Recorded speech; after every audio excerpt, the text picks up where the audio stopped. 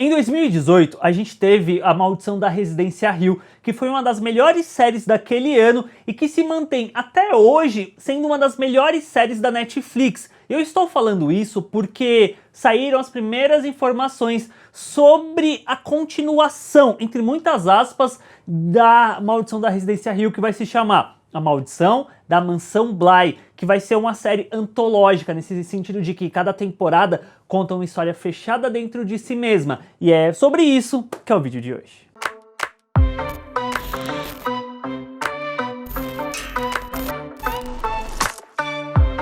O showrunner vai continuar sendo o Mike Flanagan, que foi o showrunner da primeira temporada, além dele já ter dirigido uns filmes que são originais Netflix, como O Jogo Perigoso e Rush, A Morte Ouve, além dele ter dirigido em 2019 o Doutor Sono, que foi o filme estrelado pelo Ian McGregor, que foi a continuação de O Iluminado. A Mansão Bly é baseada num livro chamado A Volta do Parafuso, do escritor Henry James, que foi lançado em 1898, que conta a história dessa governanta que vai para essa mansão Bly para cuidar das duas crianças, só que ela descobre que aquela mansão é habitada por fantasmas e aparentemente as crianças, além de conseguir ver esses fantasmas, interagem com eles. Além da Volta do Parafuso, essa temporada também contará com outros contos do mesmo autor sendo misturados na história, como o Romance de Certas Roupas Velhas, que é anterior ainda à Volta do Parafuso, que é esse Certas Roupas Velhas é de 1868,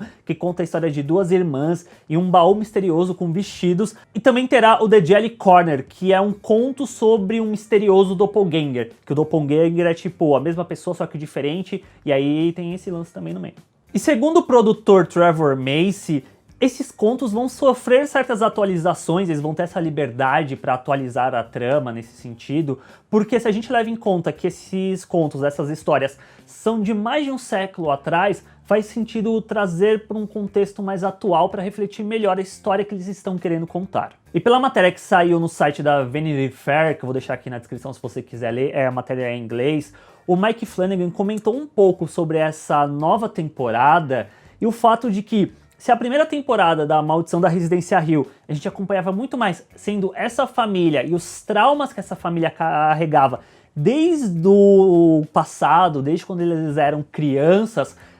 a Maldição da Mansão Bly, por sua vez, vai ser muito mais focada numa história de amor, sobre corações quebrados e sobre não conseguir superar amores perdidos. Pelas próprias palavras do Mike Flanagan, certamente fornece uma nova maneira de contar uma história de amor, e há 3 delas que batem no coração nessa temporada. Esse sentimento de desejo romântico por alguém que significou muito para nós, mas que se foi realmente ao coração de qualquer história de fantasma. Então já dá pra sentir que vai ter uma pegada parecida com a primeira temporada, no sentido de que eu via que a Maldição da Residência Hill ela era muito mais interessante quando você olhava o fator humano dessa história de assombração, de lidar com os seus fantasmas, seus demônios internos, do que necessariamente com os fantasmas daquela casa. E a segunda temporada parece que vai seguir por um caminho nesse sentido, só que ao mesmo tempo ela vai abraçar para si a questão dos fantasmas, porque se a gente pega o livro original e a forma como os fantasmas interagem, então isso vai ter um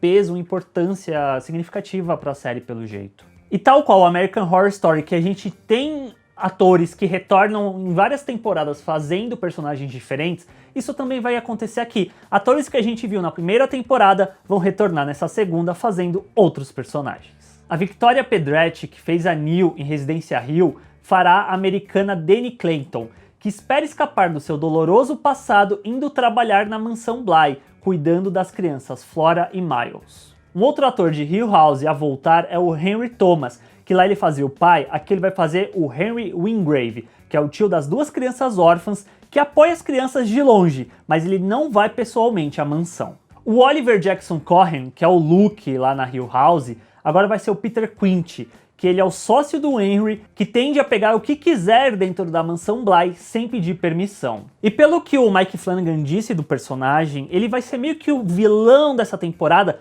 mas não o vilão no sentido vilanesco absoluto que a gente sempre imagina que pode ser feito, mas ele vai trazer nuances para esse personagem para mostrar pra gente que nem todo mundo é 100% vilão ou 100% bonzinho, e é essa nuance que vai ser colocada dentro desse personagem. E o ator mandou muito bem na primeira temporada, e eu acho interessante ver ele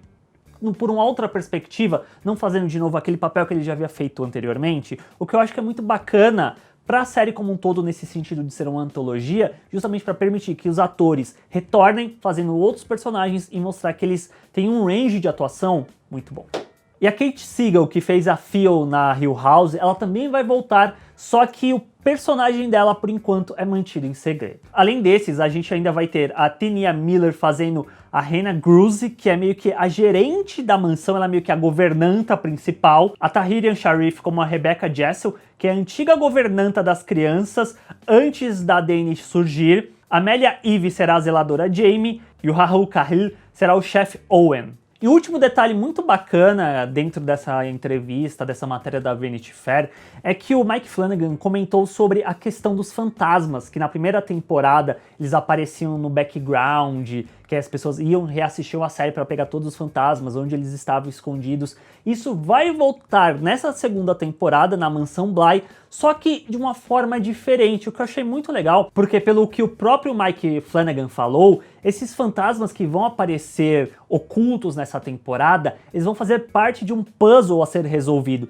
que eles vão ter uma história a ser contada, eles não vão ser só um easter eggzinho ali no canto, não, eles vão fazer parte de uma história que no final vai ser explicada e aí você vai entender por que eles estão aparecendo ali. Levando em conta que essa é uma temporada que os fantasmas vão estar presentes e aparentemente as crianças conseguem ver, conseguem conviver com esses fantasmas, então faz sentido eles terem uma importância narrativa maior, o que pode ser muito bacana. Eu tô muito empolgado para essa segunda temporada para Mansão Bly, vocês também estão? Deixa aqui embaixo nos comentários. Ainda não tem data de lançamento, sai agora em 2020, e eu imagino que deve sair em outubro, porque a primeira temporada saiu em outubro, e essa segunda pode ser em outubro também, sair ali no final do mês, tipo dia 30, que é numa sexta-feira, e aí pega o final de semana do Halloween, eu acho que isso pode acontecer. Se você chegou até aqui e ainda não se inscreveu no canal, a bolinha tá aparecendo aqui, se você quiser se inscrever no Bilheterama, clica na bolinha, você assina, ativa o sininho para receber todas as notificações. Se quiser deixar o like, se você tiver gostado do vídeo, eu agradeço de coração, e a gente se vê na próxima. Tchau!